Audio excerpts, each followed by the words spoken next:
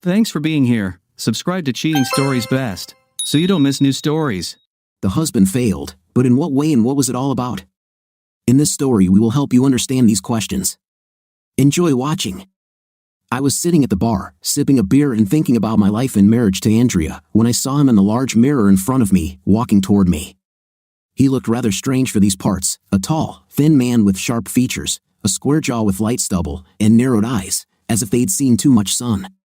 There was something familiar about his features, but I couldn't place it. He wore blue jeans, a white shirt, a brown vest, and a long coat. An old, shabby hat sat on his head, and he wore cowboy boots. I even heard the faint jingle of spurs as he walked. Who wears spurs these days? I asked myself. Overall, he looked like something out of an old western. The only thing missing was a gun belt with a revolver, though something told me he had a weapon hidden somewhere. He walked over to the bar stool next to me. "Mind if I join you?" he asked. I nodded, noticing his accent, which suggested he was likely from the South. "Please," I said. He smiled and sat down. "My name is Peace," he said, extending his hand. "Justice Peace." I shook his hand. "Nice to meet you, Mr. Peace," I replied. He smiled and nodded. "Just call me Justice," he said. "Mr. Peace is my father." I chuckled, but then he added, "And you must be Amos Jones." How did he know this? I wondered. "Yes," I replied. "How did you know?" "You look like an Amos Jones," he said in his drawl. "I can learn a lot just by looking at a person." "Take that guy sitting in the corner," he added, nodding toward the mirror. I saw the man he was pointing at, a balding, middle-aged guy, looking around nervously as he sipped his drink. "There's a guy with the weight of the world on his shoulders," Justice said, shaking his head and clicking his tongue, a gesture that reminded me of my grandfather. "It's just a pity it's all his own doing." He looked back at me. "What are you drinking?" he asked. I shrugged. "Beer," I replied. Justice caught the bartender's attention with a nod. "I'll have a beer and get something for my friend, on me," he said, pulling out a small wad of cash. "My treat," he added with a grin, glancing my way. I thanked him and watched as he took out a pack of cigarettes. "Mind if I smoke?" he asked. I'd quit smoking a few years ago when Andrea and I got married, and by now, the smell of cigarette smoke irritated me. But I decided not to be unfriendly. I shrugged. "Go ahead." He took out a cigarette and, from a small box in his pocket, pulled out a single match, his last, it seemed. He struck it on his jeans like in the old westerns and lit his cigarette. Strangely, it didn't give off any smell. He blew out the match and placed it back in the box before offering me a cigarette. "No, thanks," I said. "I quit a few years ago." "Smart decision," he replied. "These things kill. But I think you'll like these. I twisted them myself. Took years to get the taste just right. Come on, one won't hurt." To my surprise, I suddenly felt the urge to smoke. I thought I was past that stage, but something about his offer was hard to resist. I nodded and took the cigarette. "That's it," he said, opening the matchbox again. I thought he had no matches left, but he pulled out the same match and lit my cigarette. He blew it out and placed it back in the box, and once again, it was the only match there. How does he do that? I wondered. I took a long drag and was surprised not to cough. It was unlike any cigarette I'd ever smoked, and I started to relax. Justice smiled as the bartender brought us our beers. "There's nothing better than a beer and a good cigarette with a friend to end the day, right?" he asked. I had to agree. He raised his beer, and we clinked glasses. "To friendship," I said. He nodded. "To friendship. So, what do you do, Justice?" I asked. "A little of this, a little of that," he replied.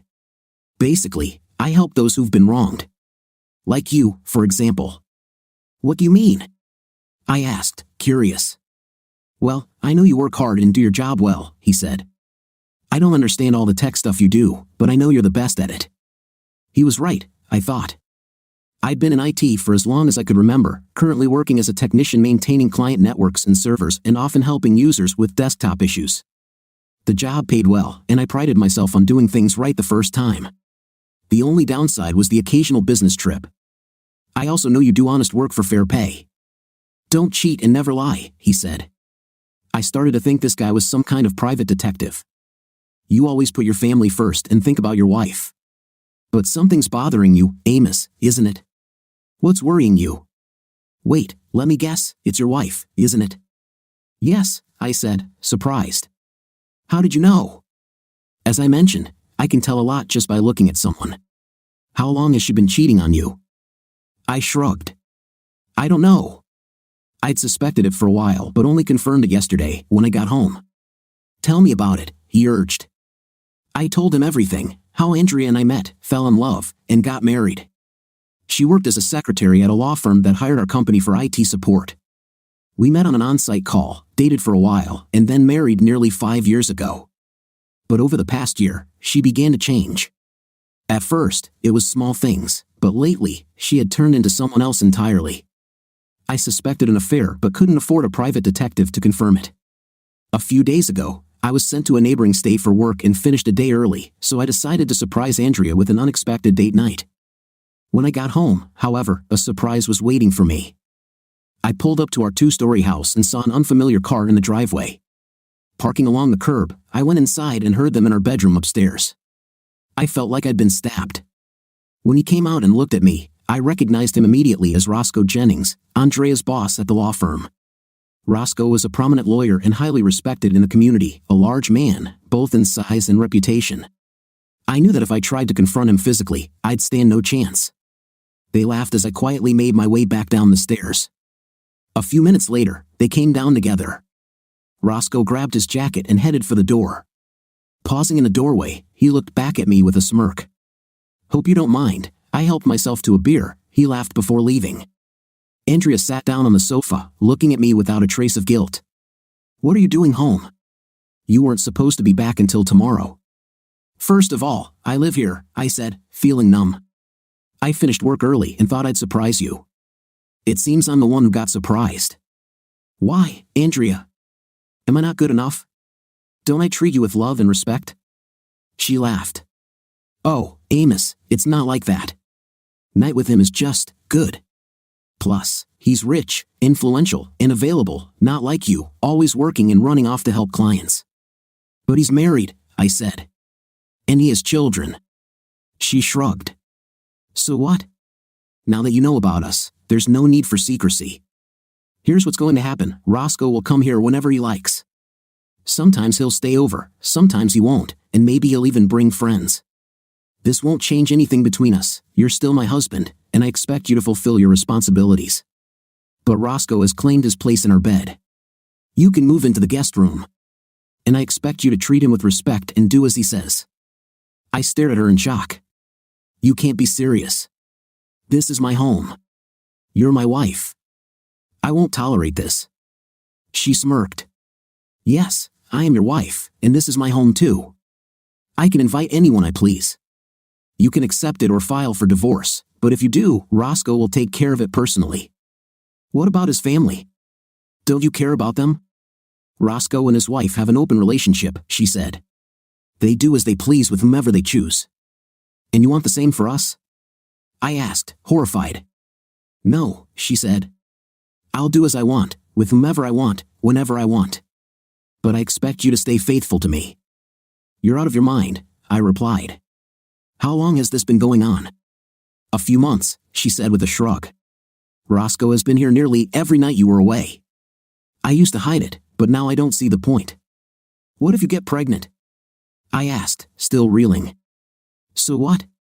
If I get pregnant, your name will be on the birth certificate. You'll be responsible. No, I said firmly. I won't touch you while you're sleeping with him or anyone else. Have there been others besides Roscoe? There have been a few, she replied indifferently. But if that's how you feel, then I suppose you'll just have to accept an intimateless marriage, because I don't intend to stop. This won't end well, I warned her.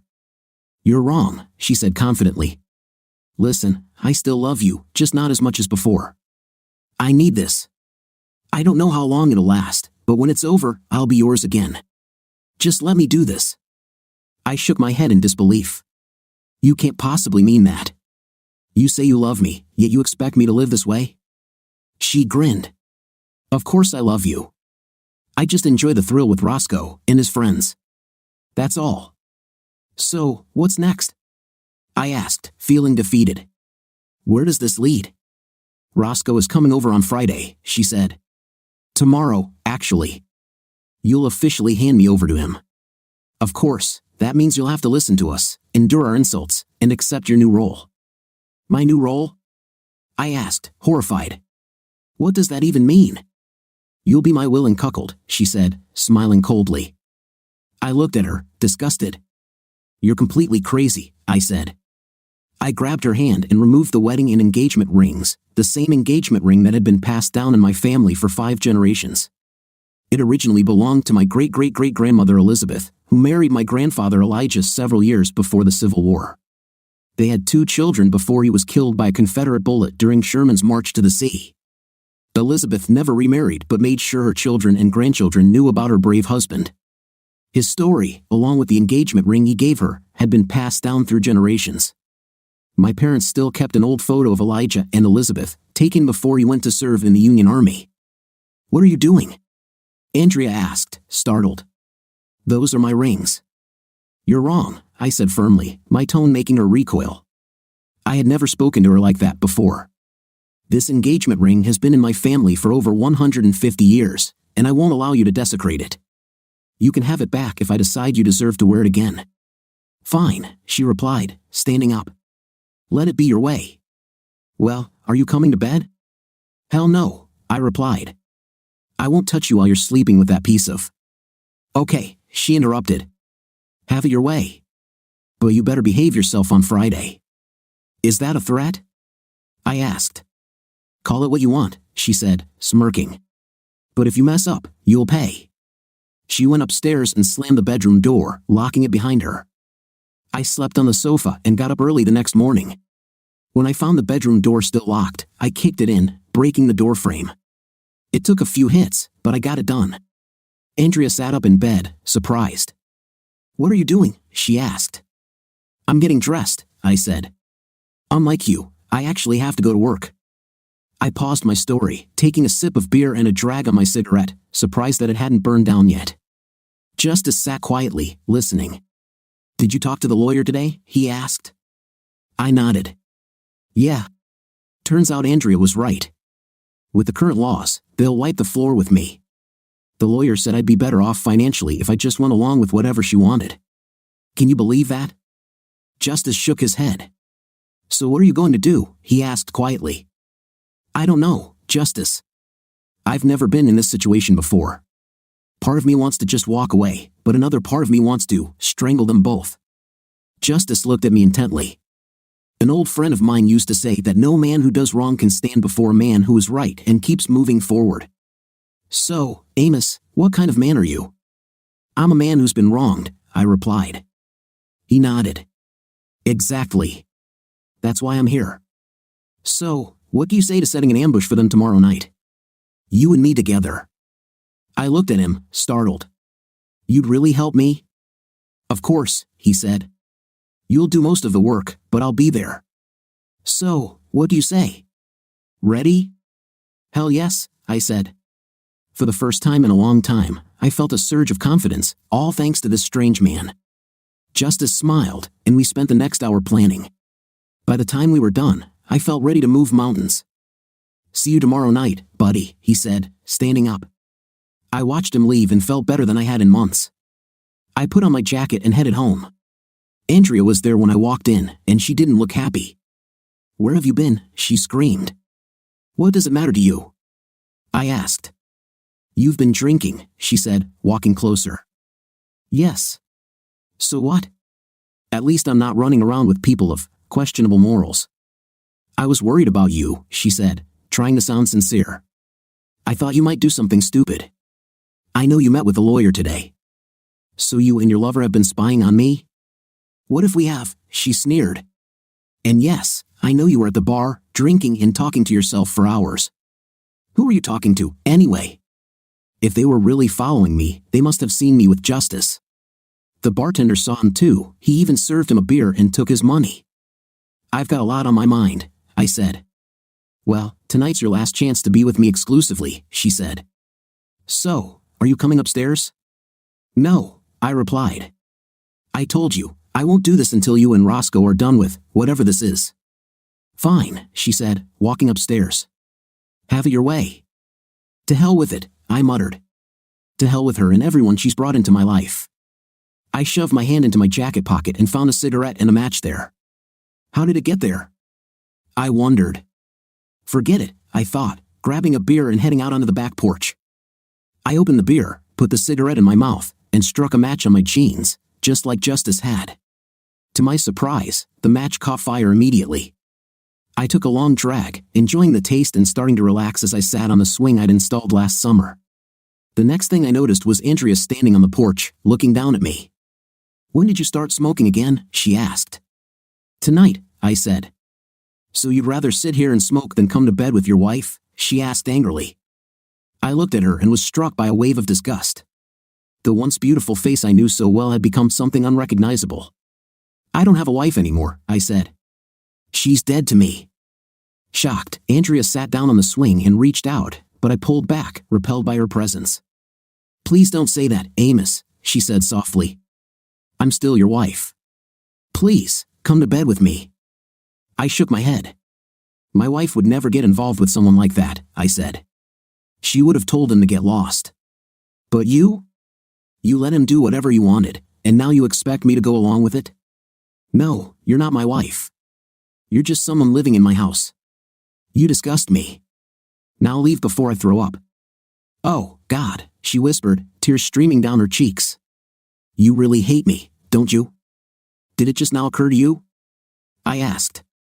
What did you think would happen after everything you told me yesterday? What did you expect? Should I get up and dance in celebration? I'll give you one chance to stop all of this, right now. It's either me and our marriage, or Roscoe. Choose. This was the plan that Justice and I had come up with. He suggested giving her one last opportunity to end things with Roscoe, mainly for my own peace of mind. If she chose to end it, Justice said he'd help handle the details. I didn't know how he intended to help, but I trusted him. Deep down, though, we both knew she'd probably turn down the chance. For a moment, her face softened, and I saw the woman I once loved. I thought maybe she'd take this last opportunity. What do I need to do? She asked. Call Roscoe right now and end it, I said. Then quit your job. You're a good secretary, you can find work anywhere. She took out her phone and dialed his number, putting the call on speaker. Hey, baby, Roscoe said when he answered. Are we still good for tomorrow night? Andrea was silent for a few seconds, but when she looked up at me, the hardness had returned to her eyes. She grinned coldly and said, Yes, we're still on. Perfect, Roscoe replied. How's your cuckold handling all this?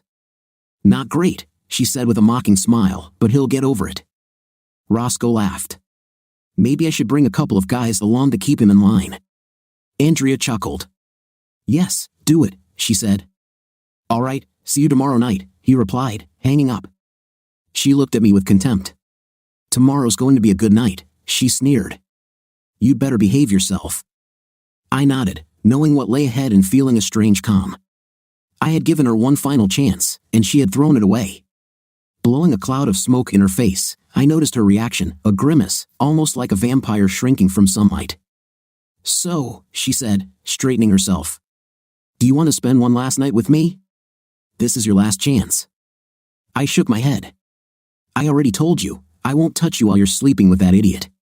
And honestly, if you were on fire, I wouldn't even bother to put it out. She shrugged. Have it your way, she said, and went back inside. I slept in the guest room with a chair propped against the door so she couldn't come in. The next morning, I got up early, got dressed, and left for work without saying a word to her. The day dragged on, but finally, it was over, and I knew what was coming that night. When I got home, I dropped my case in my home office and grabbed a beer.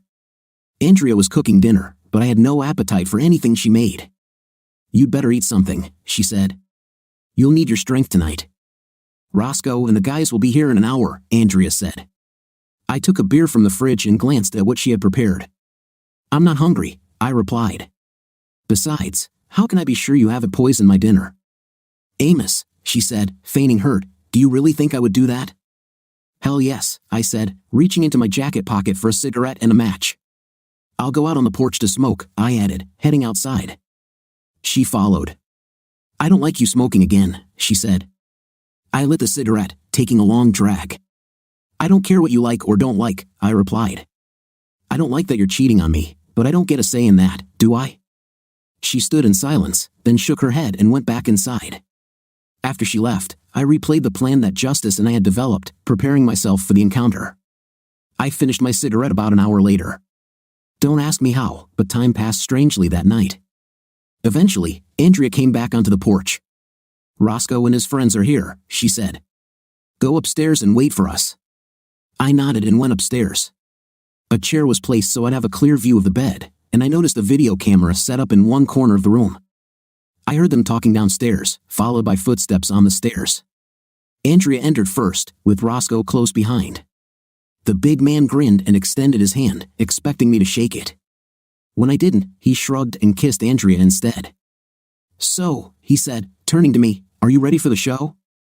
"What should I do, pretend to be happy and cheer you on?" I asked sarcastically. They laughed. "Well, if that's what you want," Andrea said mockingly. "No, I don't want this," I said. "But my wants don't matter, do they?" "I think I feel some tension," Roscoe chuckled. "Maybe I should have brought the guys in here to cool you down." "What, are you too much of a coward to handle it yourself?" I shot back. Roscoe's face flushed with anger. I took my wedding ring off and slipped it into his shirt pocket. Both he and Andrea stared at me, clearly not expecting this reaction. "You want this, Roscoe?" I asked. "You can have her. Just so you know, she's moody, and when she doesn't get her way, she turns into a nightmare. Sure, she'll act affectionate for a few years, but eventually, she'll start cheating. Enjoy her. I hope you can handle it better than I did. You came here to sleep with this, fine, go ahead. And no, I won't cry or beg. I trust you can figure it out on your own." Andrea looked shocked, clearly not expecting such a reaction. Roscoe's face darkened with rage, and he began to approach me. Suddenly, a large, dark shadow appeared in the doorway. I looked up to see Justice, his hat nearly brushing the ceiling. His eyes glowed like fiery embers against his dark silhouette. "Who the hell are you?" Roscoe demanded. "And how did you get past my guys?" "My name is Justice," he replied, his voice booming. "And I came for you." With a swift motion, Justice pulled out a lasso and threw it over the two stunned lovers. Instantly, the room vanished. I found myself blinking under a bright, clear sky in the middle of a dusty street, lined with old Western-style buildings. It took me a moment to adjust to the light. When I looked around, I realized I was dressed almost identically to Justice, with the addition of a thick poncho draped over my shoulders. I also had two Civil War revolvers holstered at my sides. The holsters were strapped to my legs, giving the whole scene a surreal but powerful authenticity. "Where are we?" I asked Justice. "In the middle of the street," he replied casually. "I can see that," I said, "but where, exactly?" He shrugged. "Is that important?" "I suppose not," I replied. He nodded toward the saloon. "They're in there, waiting for you," he said, studying me carefully. "Are you ready to do what needs to be done?" I took a deep breath and nodded. "Ready." "Good," he said. "I'll be here. Stay calm and take it one step at a time." I nodded, and together we walked toward the saloon. I opened the doors and stepped inside. Roscoe and Andrea were seated at a round table against the far wall, a kerosene lamp flickering between them. 3 of Roscoe's buddies leaned against the wall, dressed in period clothing, each with a pistol at his side. I stopped a few feet from the table as Justice remained by the door, watching silently. Roscoe and Andrea were whispering, but fell silent when I entered. Roscoe grinned mockingly. "Who are you supposed to be?" "Clint Eastwood," he sneered. Andrea giggled, and his 3 henchmen smirked. Roscoe turned to his men and said, "Why don't you guys take out the trash so the lady and I can have some privacy?" The 3 moved toward me, 2 reaching for their guns. I didn't wait. I fired, the shots echoing as the 2 fell to the ground. Andrea gasped, horrified. You killed them," she stammered. "Exactly," I muttered. "And your lover's next." "No, please." Roscoe started to beg, raising his hands. "We can work this out. You don't have to kill us, Amos." Andrea's voice trembled. "Please, Amos, I'm sorry. I regret it, I do. We can make things better. You had your chance yesterday," I said, "and you chose that piece of dirt over me." "Look, Amos, it was just a game, you know," Roscoe begged. "Please don't kill me. I beg you. Are you begging? I grinned. You know, Justice, I think your friend was right when he said that no man who does wrong can resist a man who is right. I noticed a big wet spot on Roscoe's trousers and laughed. It looks like you picked a real loser, I said, turning to Andrea. Look at him. He just wet himself. Is this your idea of a man? Andrea lowered her head, tears streaming down her cheeks. Listen, Amos, you can't kill me, Roscoe continued, his voice shaking with fear. I don't even have a weapon. You can't kill an unarmed person, this is simply wrong. Actually, I can, I replied. But I'll give you more chances than you were willing to give me. I took the second pistol out of the holster and placed it on the table in front of him. Come on, take it. He looked at me, then at the gun. What? He asked, standing up halfway. I said pick up a weapon, you son of a... I shouted. Did I really say that? I thought. This line from an old movie somehow seemed right. Roscoe looked at the gun, then slowly raised it. I've never killed a person before, but I just killed 4 and saw Andrea burn. I turned to Justice, who had a stern and determined look on his face. Where did they go? I asked. To a very warm place, he answered. Are they really dead? I asked him. He nodded. Yes, he said. You know, it was either them or you. You had no choice. Is this the first time you've killed a person? I nodded. Yes, I said. Have you ever killed anyone? I asked him. He looked into the distance with a sad expression on his face. More than I care to remember, he said. But, like you now, I had no choice. It was either kill or be killed. You know, if you had hesitated, they would have killed you. Deep down, I knew he was right. The worst thing you can do now is agonize over it or try to replay everything in your head. Just keep living, it will become easier over time. Trust me, he said, patting me on the shoulder. We went outside and found ourselves next to a horse tied to a post. Oh, I almost forgot, he said. I have something for you. He reached into his saddlebag, pulled out a small rectangular metal case, and handed it to me. I looked at the darkened case and saw the initials E.J. etched on the front. Turning it over, I saw the inscription, asterisk to my dear Elijah, may God protect you and bring you back to your one true love. Your loving wife, Elizabeth, asterisk. Where did you get this? I asked. Your grandfather Elijah gave this to me just before he died, Justice said without looking at me. How is this possible? I asked myself. Elijah Jones died during the Civil War more than 150 years ago. I looked at Justice and suddenly realized I knew who this man really was. He would be very proud if you kept this for him, Justice said, wiping a tear from his eye. I'll keep this, Grandfather, I said without thinking. Thank you for entrusting this to me. Justice turned to me with a small smile on his face. Did this happen to you and Grandmother Elizabeth? I asked. He nodded. Yes, he said. A long time ago, in a small town much like this one, some cow thieves thought they could steal my father's cattle and take my wife. I had to teach them the same lesson that you taught these guys a little earlier. This was the first time I killed a person. It took a lot of time to get over this. But Lizzie survived, we returned east, and I soon joined the army. You know the rest. And what happened then? I asked. How did you become Justice? It's a long story, mate, he said. I'll tell you about it one day, I promise. Will I see you again? I asked. He nodded. You can rest assured, son, he said. After you deal with these guys, I have no choice but to make you my deputy. Besides, you owe me a beer, he added with a smile. Yes, sir, I said, smiling. He extended his hand, and I shook it. While we shook hands, he put his other arm around me. I love you, son, he whispered, and I'm damn proud of you. I love you too, Grandpa, I said, my eyes moistening. He took a step back and climbed onto his horse. Say hello to Grandma Elizabeth for me, I told him. He looked at me and smiled. You already handed it over, he said, and she asked me to say hello to you in return. He smiled, winked, then touched the brim of his hat. See you, son, he said, provoking the horse to move forward. I watched him ride down the dusty road and disappear from sight. The next moment, I was back in my living room, dizzy from everything that had happened. I looked down at myself and saw that I was wearing my work clothes again instead of the vintage outfit I had on a few minutes ago.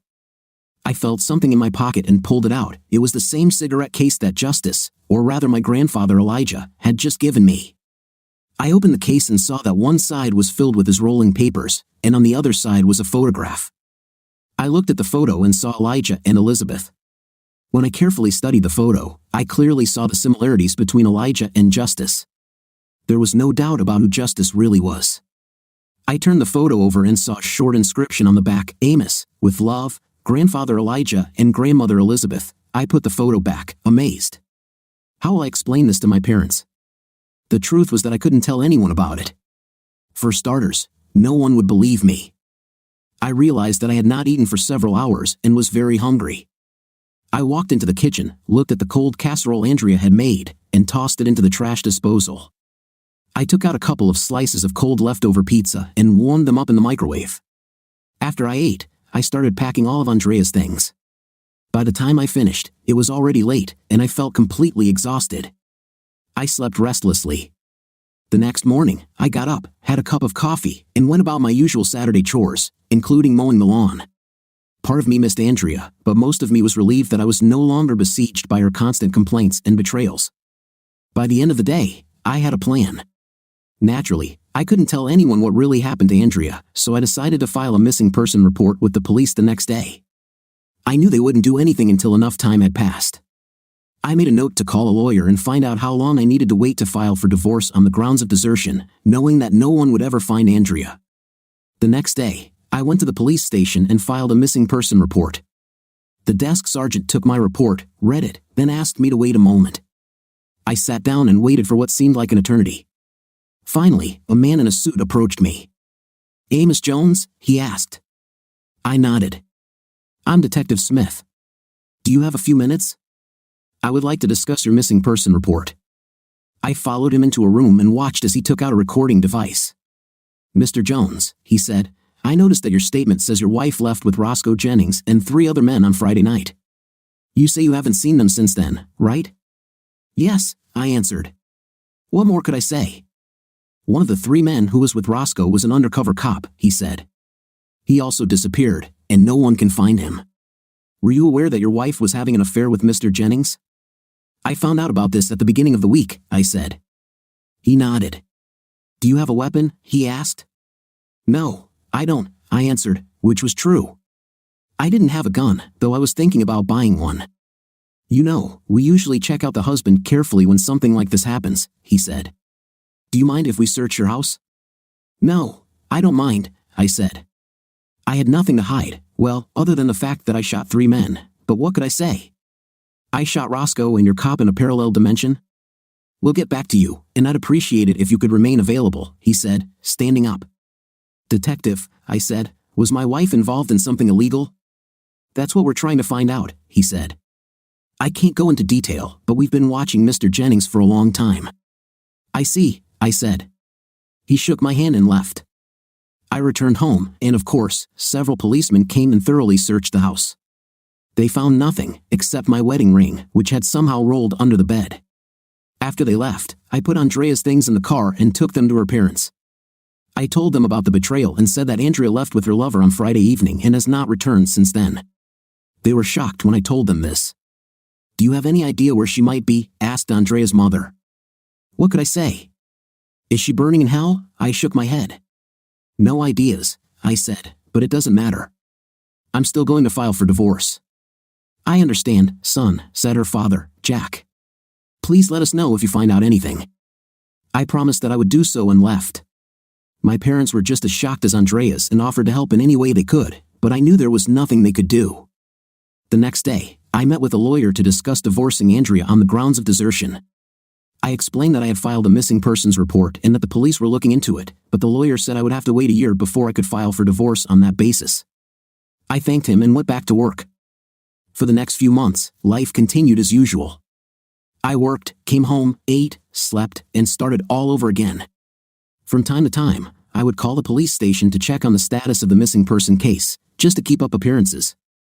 I always got the same answer, no leads, but they were still working on it. Every day, I ended the evening with a beer and a cigarette on my porch, often thinking about my grandfather. I wondered where he was now and what he was doing. The strange thing, however, is that the cigarette case was never empty. Most days, I smoked no more than 2 cigarettes, but in the morning, the case was always completely full. I didn't complain, honestly. Have you seen the prices of cigarettes lately? For the first 6 months after the incident with Roscoe and Andrea, I focused on work and avoided women. But one day, something happened that changed everything. I bought a lottery ticket and suddenly found myself winning $85 million. I had the choice of either taking a lump sum payment of over $57 million after taxes or receiving an annual annuity payment for the next 30 years. After looking at the amounts I could receive each year, I chose the annuity. I decided to quit my job because I no longer needed the money. My colleagues said they would miss me, and I knew I would miss them too, but the truth was that over the past 6 months, I had started to feel bored. Moreover, after meeting with Elijah, something new woke up in me. I decided to buy a house in the country and found a beautiful 2-story house on 20 acres of woods. The place needed a little renovation, which was fine with me. There were also several buildings and a stable on the property. Naturally, the house had a good internet connection and all modern amenities. I moved all my belongings and rented out the old house I had lived in with Andrea, with the intention of selling it after the divorce was final. However, something was still missing. I was thinking about buying a horse but didn't know anything about caring for one. I spent many evenings at the Wrangler Bar, a small but popular establishment not far from my new home. One evening, as I sat in the Wrangler, sipping a beer and watching the game on TV, I heard a woman's voice. "An interesting case," the woman said, looking at my cigarette case. "Can I take a closer look?" I invited her to sit down and handed her the case. She examined it carefully, reading the inscription on the back. While she was looking at the case, I was looking at her, slender, well-built, with long blonde hair framing a face that could be described as girl next door cute. Her breasts were the perfect size, not too big and not too small. "It looks like it's from the Civil War," she said. "Where did you get it?" "A family heirloom," I replied. "It belonged to my great-grandfather Elijah." I opened the case and showed her the photo inside. She smiled. "Looking at them, they really seem to love each other," she said. I nodded. "That's how they lived," I said. "This should be in a museum," she said. I shook my head. "It's too valuable to me," I said. "It's hard to explain." I extended my hand to her. "I'm Amos Jones, by the way." She shook my hand. "Danny," she said. "Danny Williams. Short for Daniela." "That's a beautiful name," I said. "Thank you, good sir," she replied, smiling. "Can I treat you to something?" I asked. "Of course," she said. "I'd like a beer." I beckoned to the waitress and ordered us a beer. "Do you mind if I smoke?" I asked, opening the case. She shook her head. "Not at all," she said. "Would you mind sharing one with me?" I smiled and offered her a cigarette. I took out a match and struck it on my jeans, lighting her cigarette first. "Impressive," she said as I lit my own cigarette. I smiled, blew out the match, and put it back in the box. "What kind of cigarettes are these?" "I've never tried anything like them," she asked. "A special blend," I said. "Handmade. Do you like it?" "Absolutely," she said. I smiled. "You know, there's nothing better than a beer and a good cigarette with a friend to end the day," I said, raising my beer. She smiled, and I joined her in a little toast. We spent the evening getting to know each other. It turned out that Danny was a lawyer for a large firm in town and often spent her weekends at her parents' ranch, caring for their horses. "I'm thinking about buying a horse," I said. "That's right," she said. "You recently bought the Ackerman place. Do you know anything about horses?" I shook my head. "Nothing at all," I replied. "But I'm learning quickly." She laughed. "Well, you know, horses require a lot of care," she said. "On average, you'll probably need to devote about 4 hours a day to them. But if you're serious, I have a horse I've been wanting to sell for a long time, and I'd be happy to help you learn." "That sounds great," I said. "So, is there a Mr. Danny somewhere?" She shook her head. "Not anymore," she said, and told me about her divorce from her ex-husband, who turned out to be a drunk, a cheater, and an abuser. I listened to her story and saw that it affected her greatly. "And you?" she asked. "Almost the same story," I said. "I caught her cheating. She wanted me to be her cuckold, but I wouldn't tolerate it. Now she's left with her lover. I haven't seen her in over 6 months. In a few months, I'll file for divorce due to abandonment." I'm sorry to hear that, she said. We spent the rest of the evening talking, drinking beer, and dancing. She felt so good in my arms, and I was more content than I had been in months. Finally, the bar closed, and we had to leave. Why don't you come over tomorrow morning, and I'll introduce you to Ringo, she suggested. Ringo? I asked. Yeah, my horse, silly, she said. Agreed, I said. She gave me directions to her parents' house and her phone number. See you tomorrow morning, I said before she left. The next day, she introduced me to her parents, Bill and Kathy Williams. Bill was a huge man, and he almost crushed my hand when we shook. So, you're the guy who bought the Ackerman old place, right? He asked. I nodded. The Ackermans are good people, he added. Well, I need defense. Nice to meet you, Amos. Nice to meet you, sir, I said. Danny led me out to a fenced field and introduced me to Ringo, a very large tan horse. I didn't know what breed it was, but I was impressed by its size. Danny said he was a very affectionate animal and loved a lot of attention. She showed me how to put on the saddle and bridle and then taught me how to ride. I felt on top of the world, sitting on this creature. I followed Danny's instructions and was amazed at how well Ringo responded to my commands. We rode around the ranch for a couple of hours before Danny took us back to the pen, where she showed me how to care for him, feed him, and water him. What do you think? Danny asked as we left the pen. Very impressed, I said. How much do you want for him? Let's talk about money in a few weeks, she said. I would prefer that you spend time here first, learning how to care for him and ride him. I just want to make sure he goes to a good home. Can you do this? Of course, I said. Great, she said. I'll tell my father about this so he doesn't shoot you for stealing cattle, she added, laughing. I walked her to the door, and before entering, she turned to me. I had a great time with you this weekend, she said. I have to leave tonight to go back to town, but I'll be back Friday night. Would you like to go with me? On Friday, I asked. She smiled and kissed me on the cheek. With pleasure, she said. Now be nice to Ringo, he's still my baby, you know. I promise, I said. Thus began the next chapter in my life. I came every morning to look after Ringo.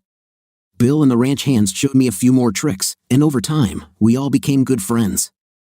I enjoyed my time there and began to feel a connection with the animal.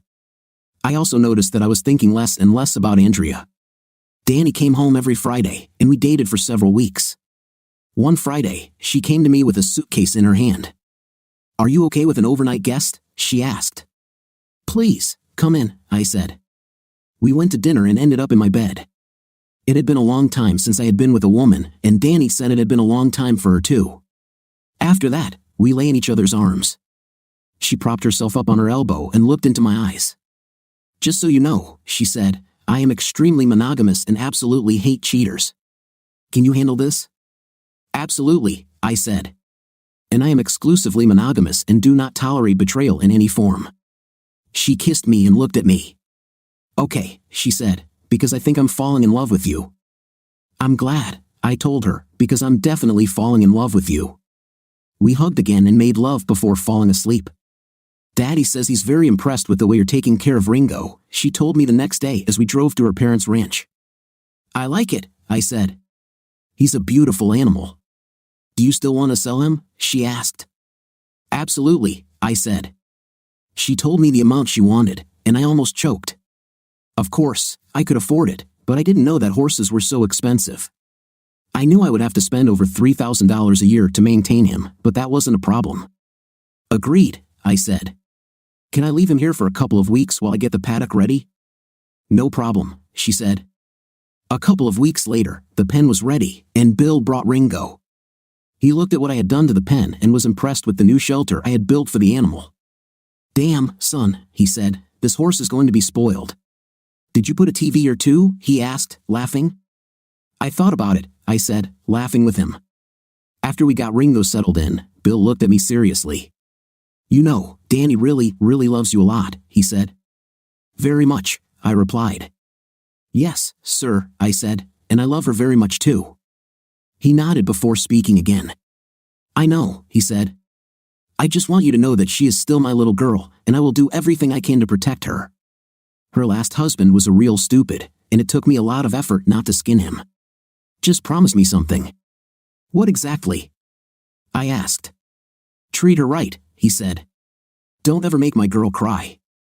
If you do this, you will always be a welcome guest in my home.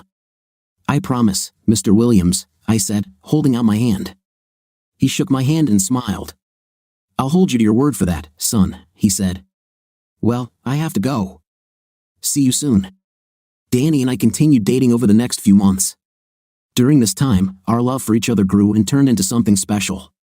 We talked about everything, our hopes and dreams for the future, about children, about everything. Like me, she wanted children and often talked about retiring in the country one day. She wisely never mentioned marriage, but I sensed it was on her mind. A year after the incident with Roscoe and Andrea, I contacted my lawyer. He still had the documents ready to submit.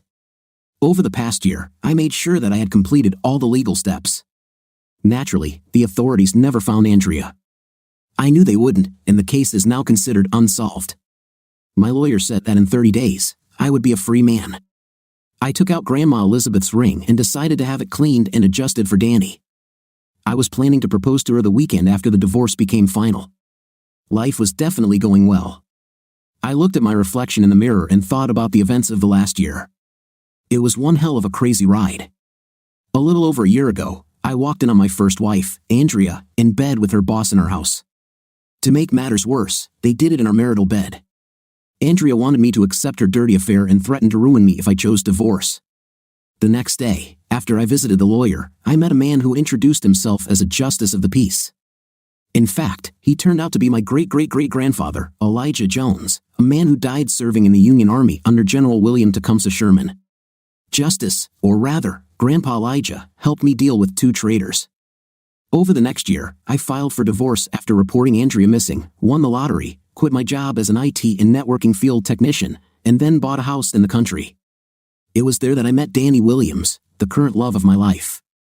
She introduced me to Ringo, my horse, and taught me how to care for and ride him. We also dated and fell in love. Her parents, Bill and Kathy Williams, took me under their wing and helped me adapt to life in the countryside. Over the past few months, we have gotten to know each other very well. Her parents traditionally went to church on Sundays and then had a big family dinner before spending the day relaxing. I was invited to join them whenever I wanted, and I often accepted their offer, mostly to be close to Danny, but I also enjoyed hanging out with Bill and Kathy. If the weather allowed, I would ride Ringo to their ranch, which was not far from my home. However, today was not just another Sunday visit. I intended to propose to Danny and hoped she would accept. Nervous, I looked at myself in the mirror again. Are you ready for this, Amos? I asked my reflection. By the way, my name is Amos Jones. The reflection did not answer, but I answered myself, come on, go ahead. I grabbed my hat and jacket, making sure I had the ring in my pocket, then walked out of the house and toward the paddock, where Ringo was waiting for me at the gate. I had already saddled him for the ride, and he seemed to know where we were going. He shook his head as I petted him. He was such a gentle creature, and it was hard to believe that such a gentle creature could have such power. I climbed onto the saddle and made myself comfortable. I loved riding him. I felt on top of the world when I was in the saddle. After spurring him with my boots, we hit the road. I arrived at their location on time and placed Ringo in their pen. As I walked toward the house, I saw Danny waiting for me at the door. She gave me a kiss as I took her into my arms. Long time no see, cowboy, she said, breaking the kiss. Yes, has it been 10 hours? I asked, smiling. She smiled back and playfully hit my arm. Come in, she said. Mom has already laid everything on the table, and I'm dying of hunger. Well then, let's not keep her waiting, I said. We entered the house holding hands. Her father, a giant of a man, stood up and shook my hand. You're getting better and better with this horse, he said, smiling. You'll make a cowboy, I'm sure. I had a good teacher, I said, looking at Danny. He laughed and motioned for us to go into the dining room, where there was a large table laden with food. This smells amazing, Katie, I said. Thank you. I hope you like it, she said. I thought, what's not to like here? Steaks, mashed potatoes, brown gravy, green beans, and homemade bread. I was already drooling. Well, let's sit down at the table, said Bill. I have a couple of things I'd like to discuss, if that's okay, I said. Everyone looked at me, probably wondering what I was going to say. Keep going, son, Bill said. Well, first of all, my divorce from Andrea is finalized, I said, and I'm ready to start a new chapter in my life, I added, looking at Danny. I pulled a small box out of my pocket and got down on one knee in front of her. These last few months have been wonderful, I said, and I never want it to end. I am madly in love with you, Danny, and I would be honored if you would marry me and be my wife. Danny put her hands to her face, and her mother wiped a tear from her eye. Danny hugged me and started showering me with kisses. Yes, Amos, she said. I will marry you. I love you so much. I opened the box and put the ring on her finger. She smiled, looking at the ring. It's a beautiful ring, she said. I've never seen anything like it. This is my great-great-great-grandfather Elijah's ring that he gave to his fiancée many years ago, I said. It's a family heirloom. It's beautiful, Katie said, and in such good condition. Danny, you have to take care of it. I will, Mom, she said. It will never leave my hand. Bill looked touched and extended his hand. Welcome to the family, son, he said. Thank you, Dad, I said. This brought a smile to his face. Well, looks like we have a lot to celebrate today, he added as he sat down. After the main course, Katie brought out homemade apple pie and served a large slice to everyone.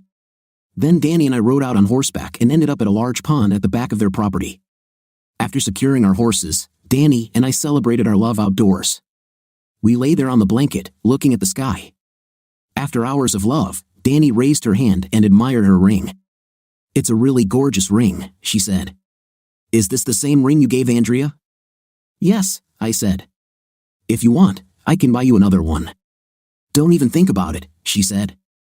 I love this ring. Do you think your grandmother Elizabeth would approve of me wearing it? I'm sure of it, I said. One day I will show you her diaries. She wrote a lot about her husband. She really admired him and wanted his family to never forget him. Thank you, she said quietly. For what? I asked. For making this day so special for me, she said, and for proposing in front of my parents. It meant a lot to them. Well, you're everything to me, I said. And you are everything to me, too, my future husband, she replied. We lay on the blanket for some time before we decided it was time to go home. Did you two enjoy the view by the pond? Bill asked when we returned. Yes, Daddy, Danny answered, kissing his cheek. He smiled, looking at her. I'm glad, he said. You know, your mom and I used to go there a lot when we first got married, he added with a sly smile. We still go sometimes, if you know what I mean. Too much information, Dad, Danny said. That's too much information, she added with a smile. Bill laughed. He turned to me after Danny went to her mother's kitchen. You did great, son, he said. Katie and I are proud to have you in our family now. Thank you, Dad, I said. Do you mind if I call you Dad? You just have to, he said with a big smile. And it would mean a lot if you called Katie Mom, he added. I will, I said. It's late, and I need to put Ringo to bed for the night, so if you don't mind, I'll go. Bill nodded, indicating that he understood. Sounds good, son, he said. I'm sure I'll see you soon. We shook hands, and I went into the kitchen to say goodbye. Katie hugged me tightly, and I hugged her back. Thanks for lunch, Mom, I said. It was amazing. She hugged me again, and tears appeared in her eyes. Thank you for everything, Amos, she said. I turned to Danny. Listen, I need to run some errands in town tomorrow afternoon, I said. Would you like to go out for dinner and drinks in the evening, say 6 o'clock? Danny worked as a lawyer and spent weeks at her apartment in the city, as it was closer to her work. Of course, she said. Just text me the details, and I'll meet you there. Definitely, I said. I love you. I added, kissing her. She kissed back. I love you more, she said. Come on, you too, Katie said, slapping Danny's arm with a dish towel. I have a lot of work to do, so get out of here. We all said our goodbyes, and I went to put Ringo up. At that moment, I felt on top of the world. I had a good horse and a good woman, life couldn't be better, I thought. The next day, I got up early as usual, took care of Ringo, and went into town. I had a few things I wanted to get done, and I also wanted to move into the old house I once shared with Andrea. The house was still in my name, and I was renting it to George and Linda Simmons, a young couple who were planning to start a family. They were good people, took good care of the house, and always paid their rent on time. George even expressed interest in buying the house, and I really wanted to help them. I was thinking about paying off the mortgage and giving them the house, but I wasn't sure what the consequences of doing so would be. Would I lose taxes on this? Would this affect property values? I just didn't know. I made a mental note to consult with my financial advisor to find out what plan would be best. When I finished my visit, I looked at my watch and noticed it was already 4:30 p.m., so I texted Danny that I would meet her at the Hitching Post bar. It was the same bar and grill where I met Justice a little over a year ago. She texted me back, "See you there." "Love you." "Love you more," I wrote back. A few seconds later, I saw a message from her filled with hearts and kisses. God, how I love this woman, I thought. "Hey, cowboy," she said as she approached my table. I stood up, kissed her, then pushed back my chair. We ordered a burger and beer and discussed the events of the day. Danny had just finished a big project she'd been working on for months and was enjoying the thought of finally having some free time. When our plates were cleared, I saw him, Justice, or to be more precise, my grandfather Elijah. He saw me and headed toward our table. I stood up as he approached and shook his hand. I almost called him grandfather, but stopped myself just in time. "Danny," I said, "this is my good friend Justice of the Peace. He helped me get through my problems with Andrea."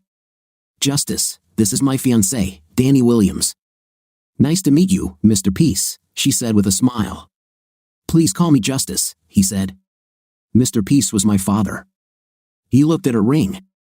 "You have a beautiful ring, young lady." "Thank you," she said. Amos said it belonged to his great-great-great-great-grandmother Elizabeth. For a moment, I thought I saw a tear in his eye. He wiped his eyes and smiled. "Will you have a beer?" I asked him. "After all, I owe you one." "Yes, you should," he said. "And I'll be happy to have a beer." When the waitress brought our beers, I offered him and Danny a cigarette. They both accepted it gratefully. Pulling one out for myself, I struck a match and lit their cigarettes before lighting mine. "Glad to see you finally have some decent clothes," he said with a smile. "The hat is good too.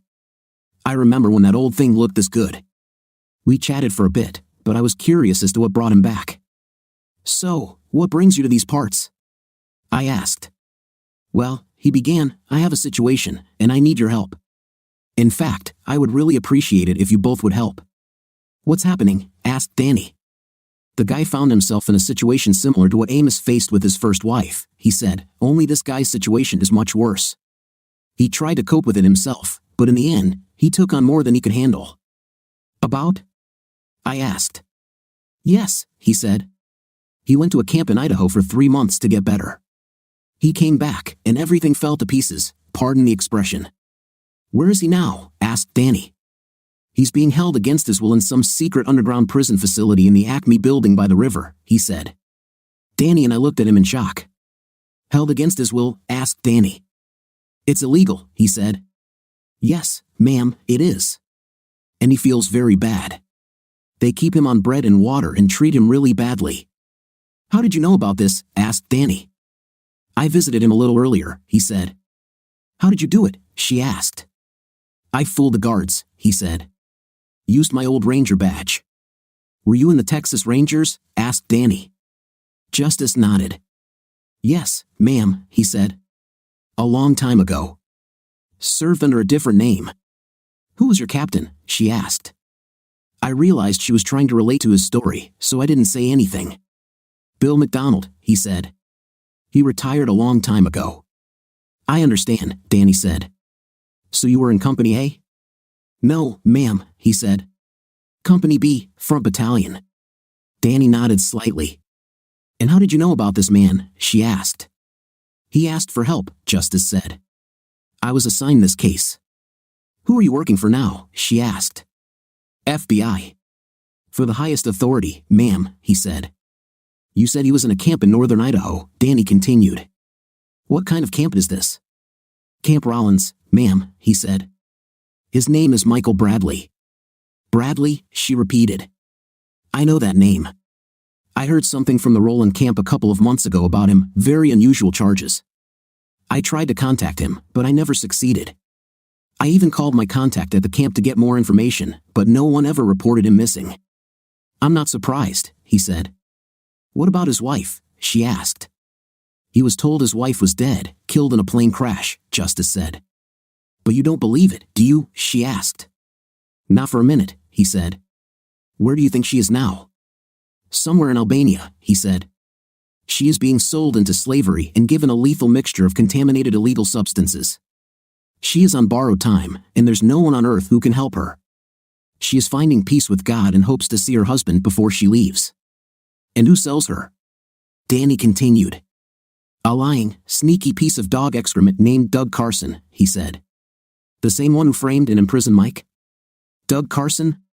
You mean the CEO of Acme Enterprises? One of the richest and most powerful people on the planet?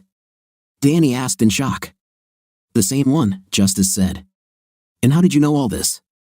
I told you that I work for the highest authorities, he said. I just know. Don't ask me how.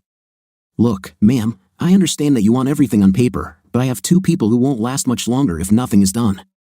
And even after I get Mike out of there, Carson will just find himself a new victim. I can get Mike out one way or another. I would prefer to do it legally and would like to see Acme torn down. Everything has to be according to the law. Danny looked at Justice, and I could see her mind working. Okay, she said. Let me go back and do some preliminary work. We can meet here at the same time tomorrow if that suits you. Justice nodded. I think they'll be fine until then, he said, but they don't have much time. Okay, Justice, she said. I'll get to it right away. I promise I'll have the answers when we meet tomorrow. I'm grateful for that, ma'am, he said. She looked at us, then stood up. I'll call you tomorrow, okay, honey, she said, looking at me. Sounds good, honey, I said. Love you. Love you more, she said, kissing me softly on the lips. She extended her hand to Justice. We'll talk tomorrow, I promise. Thank you, he said, shaking her hand. Sorry if I seem harsh. I know you're a great lawyer and just doing your job. The fact is that there are two souls at stake, and there is very little time. I understand, she said before walking away. We watched her leave the bar. That's a damn good woman, son, he said, looking at me. Reminds me of your Grandma Lizzie at her age. I smiled. I consider this the highest praise, grandfather, I said. So, I understand she doesn't know the whole story, he said. I shook my head. No, I said. You'll have to tell her someday, you know, he said. I nodded. I know, I said. I just don't know how to do this without sounding completely crazy. He laughed. You will find a way, he said. By the way, speaking of your grandmother Elizabeth, she said that Danny is a keeper and you better treat her right. Trust me, boy, she doesn't mind slapping you upside the head. You look like you'd like it, I said. He laughed, then took a sip of his beer. Perhaps, he said. It's been a long time since Grandma gave a grown man a slap on the head. He pulled out a large watch, opened it, then closed it. He looked at me before speaking. I have to go, son, he said. See you tomorrow at the same time. Thanks for the beer. You're welcome, Grandpa, I said, holding out my hand. He took it in his and hugged me. It's good to see you again, son, he said. It's a shame it's not under the best circumstances. Me too, I said. See you tomorrow. He touched the brim of his hat. See you, he said as he left. I paid the bill, then got in my truck and drove home, thinking about what Elijah had told me. He was right, I'd have to explain everything to Danny someday, but how? The next day, I got up early as usual, grabbed a cup of coffee, and went to look after Ringo. I sensed that he was a little nervous, so I saddled him up and took him for a short walk. It seemed to me that he wanted to run, but I was afraid he might accidentally step into a hole and fall. I returned to the dirt road and let him go. Talk about a walk with the breeze. He galloped for quite a long time, and I held on for dear life. I brought Ringo back, took care of his needs, and went into the house to take a shower. After I cleaned myself up, I went downstairs and grabbed a sandwich. Then my phone rang. I saw it was Danny's number and answered. Hi, sweetie, I said. How are you? Okay, she said. A little tired, but everything is fine.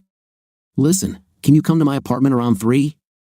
I need to talk to you before we meet with Justice tonight. Of course, I said. Everything is fine? Yes, she said. I just need to think about something, that's all. Okay, I said. See you at 3. I knocked on her door at exactly 3 o'clock, and she let me in with a kiss. I realized she had just gotten out of the shower, as her hair was still a little damp. "Come in," she said. "I just got out of the shower." "Sit down, and I'll get us some coffee." I sat down as she went to the kitchen. Her laptop was open on the table, and there were papers scattered across it. She returned with 2 cups and placed them on the table before sitting down. "Are you okay?" I asked, bothered that she looked tired. "I'm just tired," she said. "Since I saw you last night, I've slept maybe 3 hours. I started doing preliminary research last night. As you know, I like to know something about the people I work with. I did a search in the LexisNexis database for your friend, but didn't find anything. No birth certificate, no social security number, no tax records, nothing, not even a driver's license." She took a sip of coffee and looked at me. "He also said he served in the Texas Rangers under Bill McDonald," she said. "He correctly identified the company and battalion, but there is no possibility that he served under McDonald." She turned the laptop toward me and opened a browser page. It was a page about William Jesse Bill McDonald. "Bill McDonald died in 1989 of pneumonia," she said. "This was over 100 years ago. There is no way that Justice could have served under him unless he's much more than 100 years old." She looked at me before continuing. "There's one more thing," she said. "I had lunch with Judge Stone today." "That same judge? Executioner? Hasn't he been on the bench for what seems like forever?" I asked. "Yes," Danny said. "He and my father have known each other for a long time. He was the one who inspired me to go to law school. Actually, I told him a little about what was going on. When I mentioned Justice, his face went white. I thought he was going to have a stroke." "Is it true?" I asked. "Did you mention Justice by name?" "Yes," Danny said. "So, who is he?" I took a sip of coffee and weighed my options. I knew that I would have to confess eventually, but I wasn't sure how to do it. Danny helped me understand this. "Listen, Amos," she said. "I love you with all my heart and plan to spend the rest of my life with you, but we shouldn't have secrets between us. I need you to be honest with me. I need to know the truth, the whole truth." I looked at her for a few moments before answering. "What do they say? The truth will set you free?" This moment could end my relationship with Danny, and I knew it. "The truth is stranger than you can imagine," I said. "I can handle it," she said. "The good, the bad, the ugly, the weird, you name it, I've heard it all before." "You haven't heard this yet," I said. "Well, try me," she replied. I nodded. "Promise you won't send me to a mental hospital?" I asked. She smiled. "Is it really that strange?" she asked. "You have no idea," I said. "Well, just tell me, and I'll judge," she said. "Okay," I said. "Let's begin, but remember, I warned you." I took another sip of coffee and began. "The day I found out about Andrea's infidelity, I went to the hitching post to drown my sorrows in beer. That's when I first met him, Justice. He came up to me and started a conversation. He knew everything about me and my problem with Andrea. At first, I thought he was a private detective. Then he suggested that we take them by surprise the next evening when Andrea brought her lover into the bedroom to turn me into a cuckold. He appeared," I continued. "He didn't even look human, Danny, and his eyes looked like fire. The next thing I knew, we were standing in the middle of a dusty street in a town that felt like an Old West town. I entered the saloon and saw Andrea, her lover, and his 3 thugs. The thugs came at me, and I pulled out my gun and shot them." "Did you shoot them?" Danny asked in shock. "To death," I nodded. "Yes, I'm not proud of it, but they pulled their guns and would have shot me if I hadn't done it. Then, when Roscoe, Andrea's lover, pointed a gun at me, I shot him too.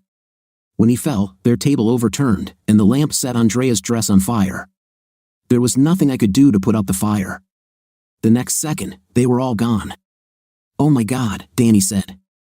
I asked Justice if they were all dead, and he said yes. I added, he said they were in a very warm place. We went outside, and he gave me this. I showed her my cigarette case. At that moment, I realized who he really was. "Who is he?" asked Danny. "Tell me." I opened my cigarette case, took out a photograph, and handed it to her. "Take a good look at the man in this photo," I said. Her eyes widened as she studied the photo. She looked at me again in shock. Are you saying that Justice is actually your great-great-great-great-grandfather Elijah? She asked. You saw him up close, I said. You spoke to him. You have his photograph in your hands. Oh my God, Danny said when she realized this. How is this even possible? I shook my head. I don't know, I said. He promised to tell me one day. I know my grandmother Elizabeth wrote a lot about him. She said his sense of justice and right and wrong was part of what attracted her to him. Even after he was shot in the war, she said it was as if he was still there. That's why she never married again. In one entry, she wrote that she once found a burning cigarette in his favorite ashtray. There was no one else in the house. Danny's eyes widened when I said this. She handed over her wedding ring, saying that she always hoped the woman who wore it would marry a man with the same sense of justice that he had, with the same desire to stand up for the oppressed. I said. Danny looked at her ring, and her eyes filled with tears. You really feel connected to him, don't you? She asked, looking at me. I nodded. Yes, I said.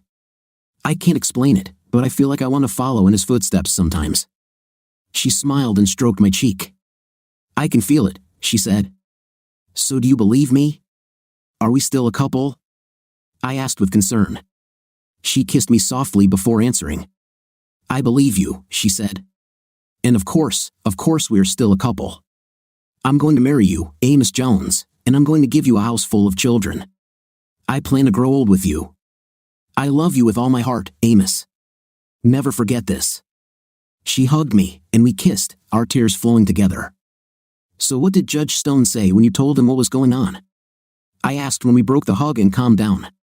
He said if justice was involved, it must be something important, she said. He signed a court order to release Mike into his custody. The order does not mention justice by name but states that Mike must be released to whichever authority presents the order. Judge Stone worded this order very carefully. He also said he would do whatever he could to help. Well, that's good, I said. What else did you find out? It appears that several federal agencies are interested in the activities of Acme Enterprises, she said. I spoke with a good friend at the Department of Justice and learned that they are preparing for a full-scale investigation. We are talking about trafficking in people, illegal substances, illegal sales of weapons, connections with terrorists, and so on. They want evidence that they believe only exists in the cloud. The problem is that they were unable to access anything that could be used in court. Apparently, this data is hidden so deeply that no one can get to it. They believe there is a computer somewhere in Albania that can unlock this evidence. Albania? I asked.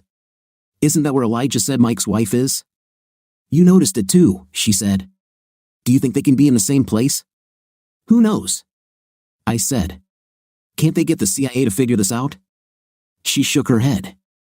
There is such chaos in Washington right now that it seems like none of them can even use the restroom without risking investigation, she said.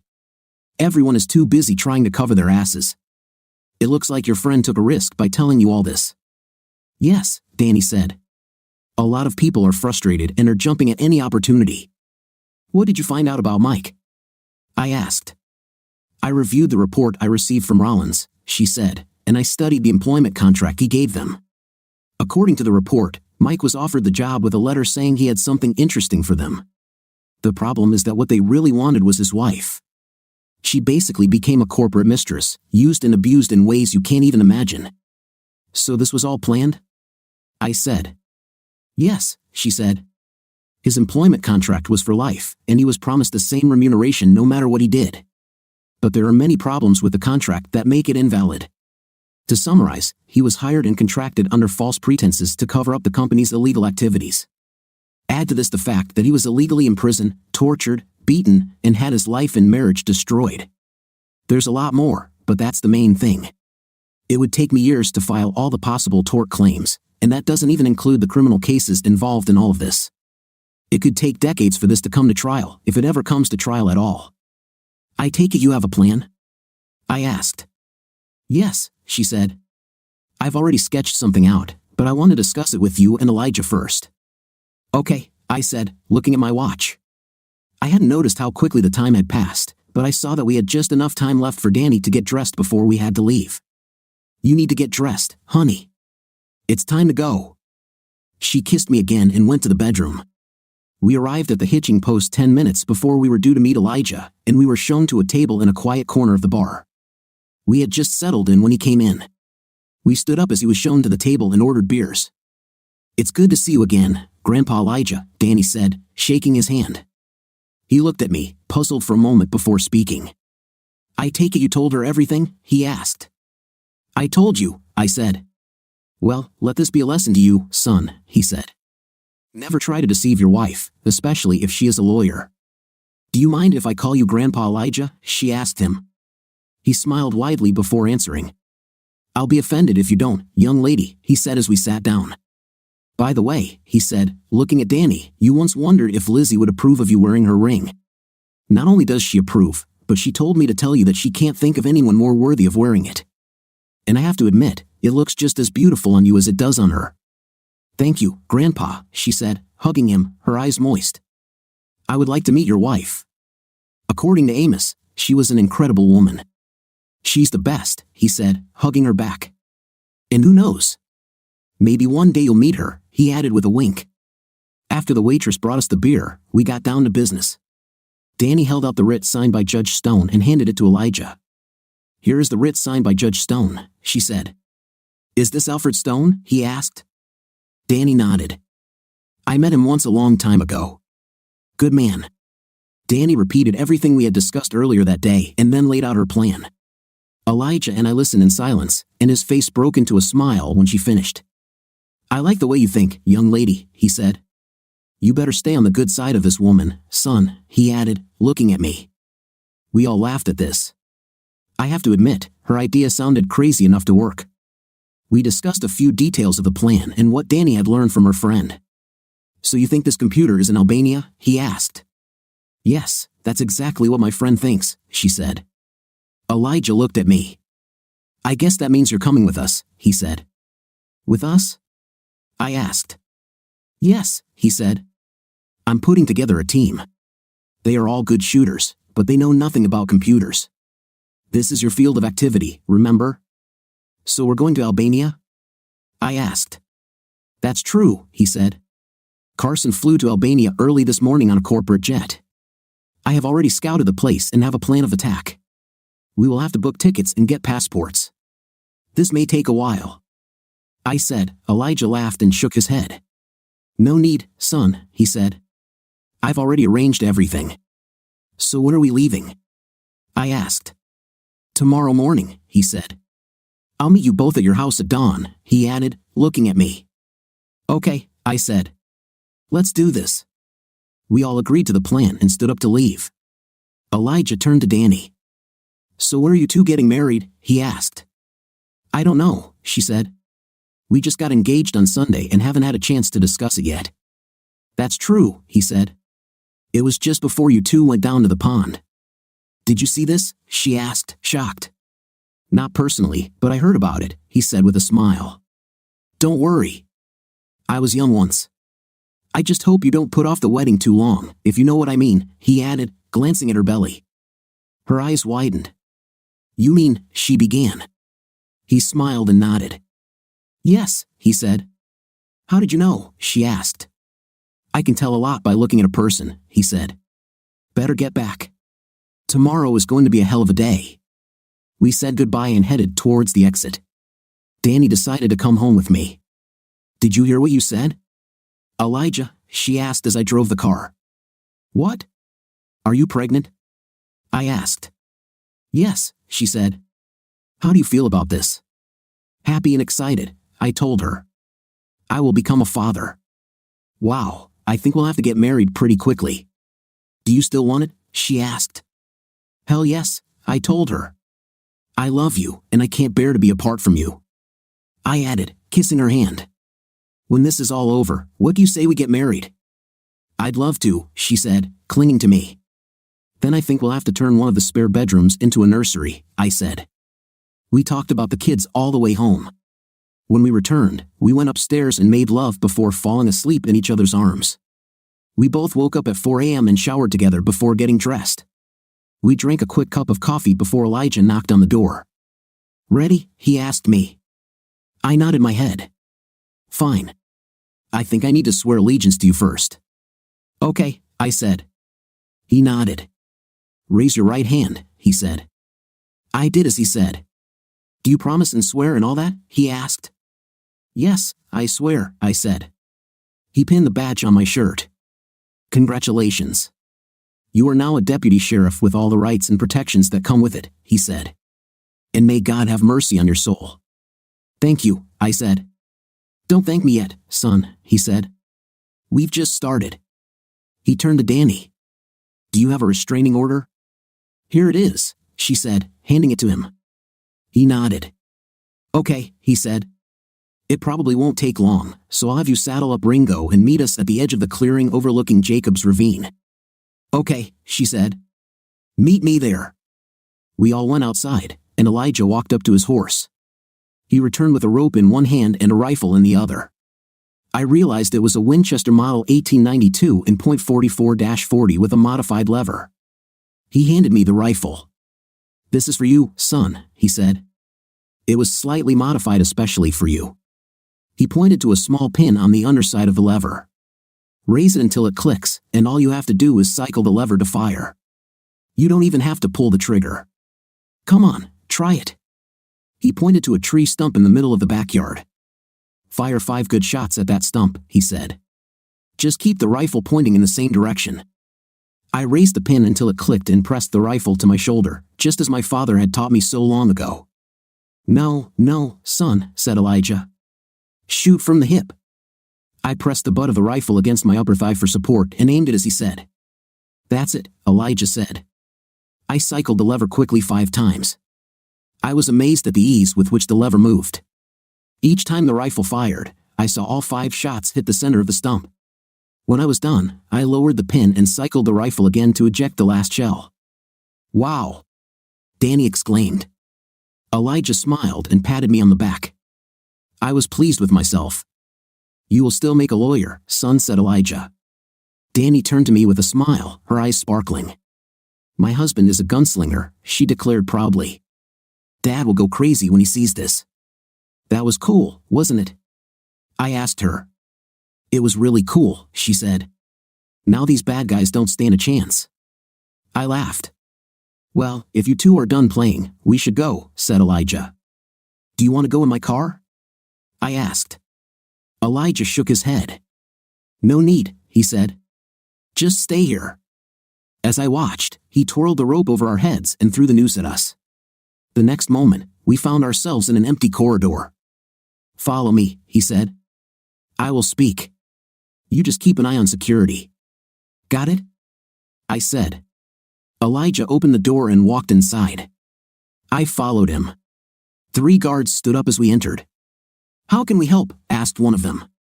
Elijah took the court order from his pocket and handed it to the guard. We came for Michael Bradley, he said.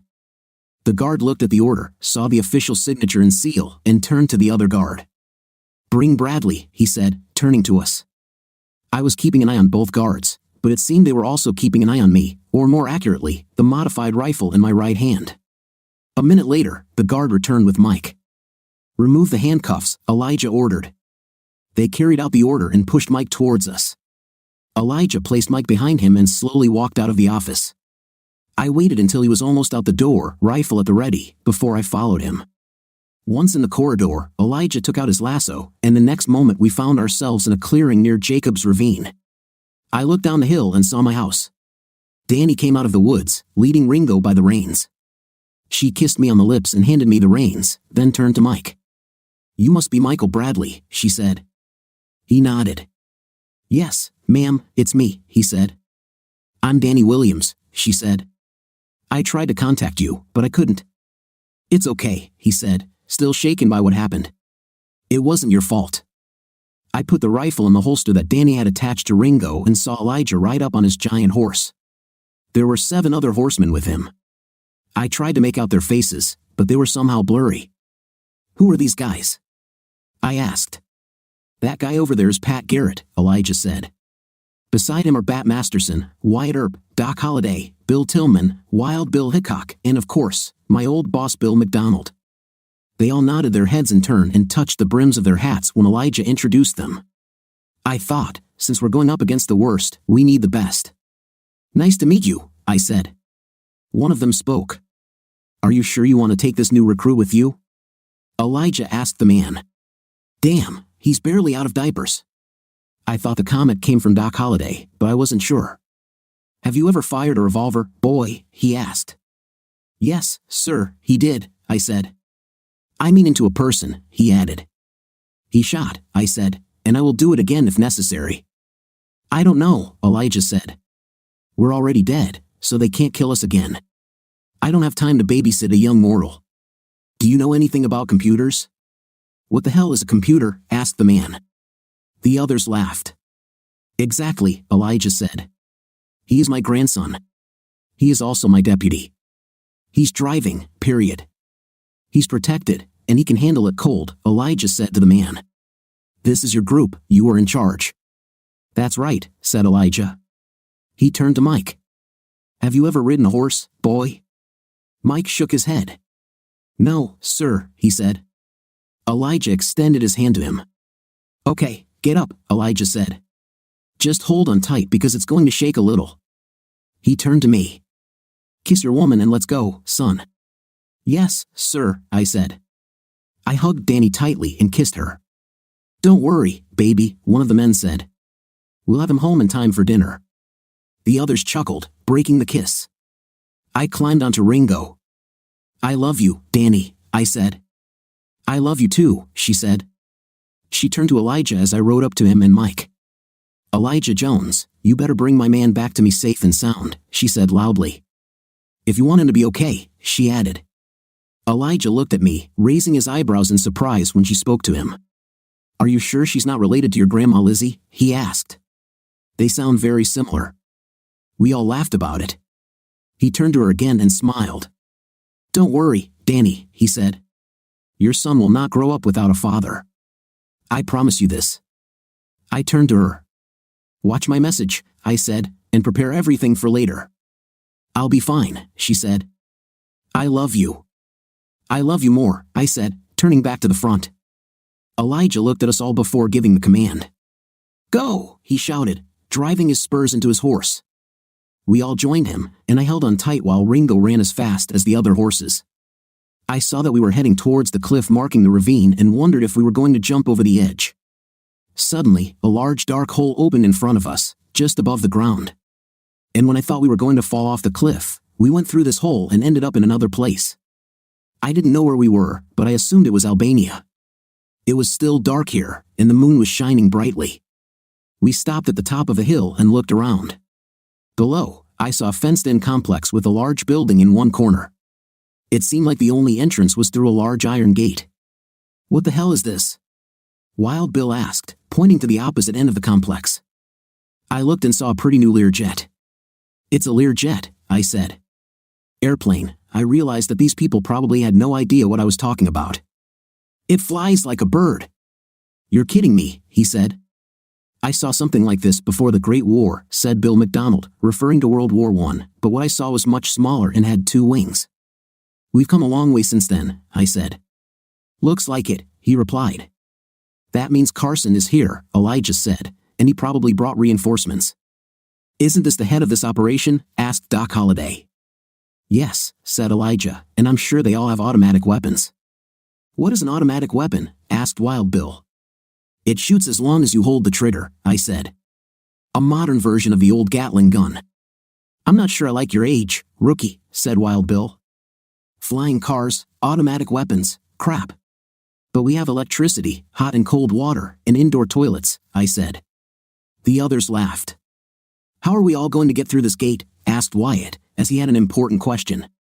Elijah and the rest could probably walk through as if they weren't there, but Mike, Ringo, and I couldn't.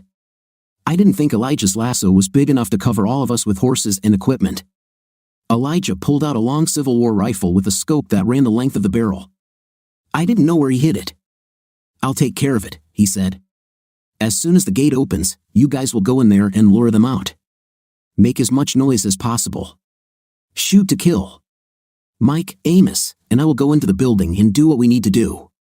Mike will deal with Carson and his ex, and Amos will get evidence against Acme. I'll come back and help you finish the job. Any questions? No prisoners, said Pat Garrett. Elijah shook his head. No, he said. No prisoners. Everyone nodded in understanding. "Okay," said Elijah, "it's time to act." He raised the rifle to his shoulder and took careful aim.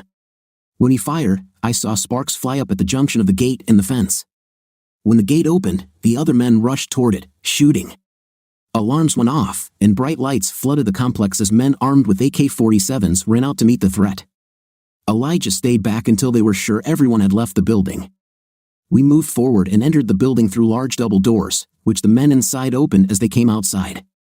Looking to my left, I saw what looked like an office and headed in that direction while Elijah and Mike headed to the center of the building, where a woman was lying on a bed connected to wires and tubes. I tied Ringo to a post on the floor, took the rifle and saddlebags, and went inside. There was a laptop on the table next to the file cabinet, so I put down the rifle and saddlebags and opened the screen. Damn! I thought it was blocked. I looked around for anything that could tell me the password but found nothing. In desperation, I took the laptop and looked at the bottom. Of course, there was a piece of paper stuck there with a set of letters and numbers.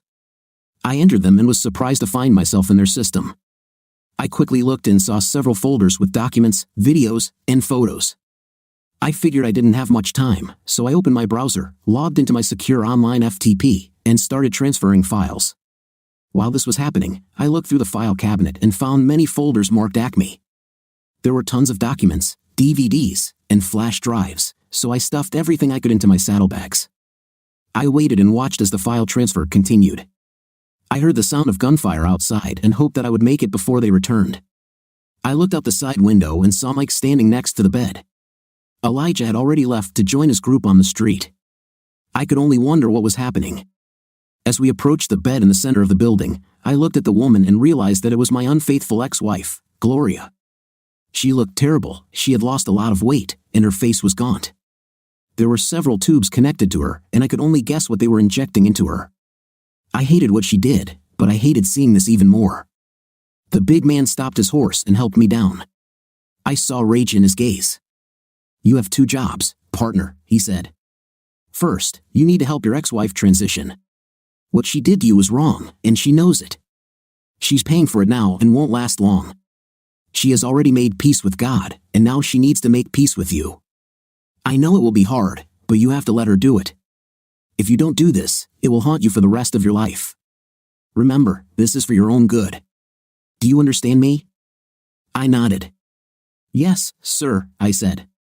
He nodded and handed me the biggest knife I had ever seen in my life. "The next thing you need to do is kill the idiot who did this," he said. "Do you think you can handle it?" "Absolutely," I said. "Okay," he said. "My group and I will give you all the time you need.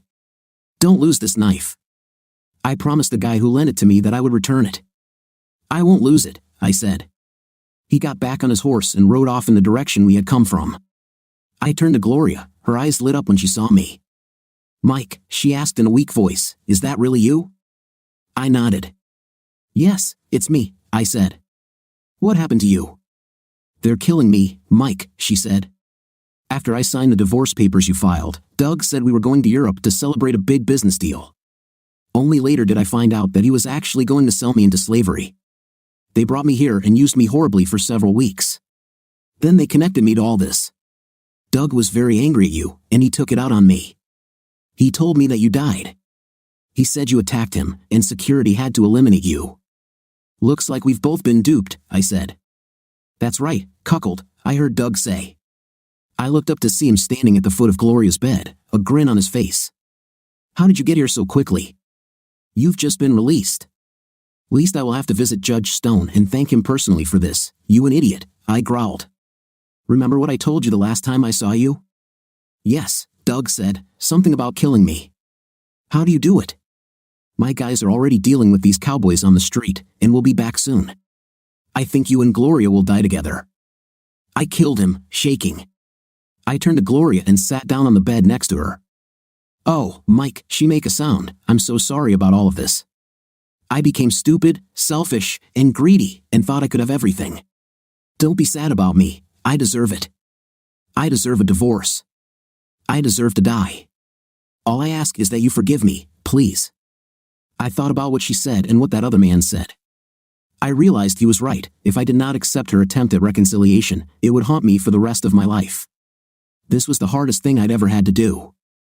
I looked at her and gathered my courage. After all, I once loved her more than anything in the world. Okay, Gloria, I said, I forgive you. Her face lit up for a moment as she tried to smile. Thank you, she said, tears in her eyes. And thank you for avenging me. Now I can die in peace. Can you just hold me? I'm so cold. I lay down on the bed next to her and hugged her, holding her close to me. She seemed so small, so cold in my arms. I love you, Mike. I've always loved you, she whispered. It didn't take long, less than a minute, to be honest, before I felt her tense up. I looked at her face and saw that her eyes were wide open, looking at something I couldn't see. Oh, wow, she said. For a moment, a strange light surrounded her, and when it disappeared, I knew it was all over. Her body was still there, but she was no longer there.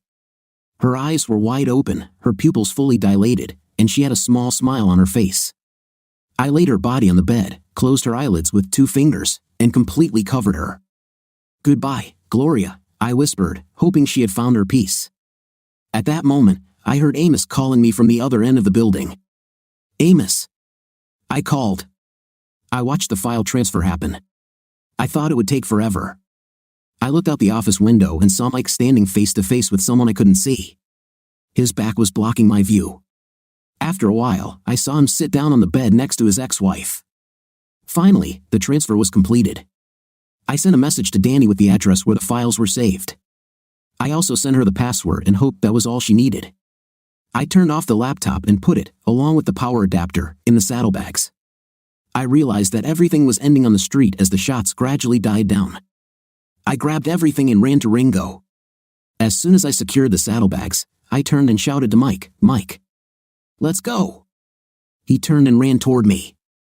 He was halfway to me when I saw the door open at the other end of the building.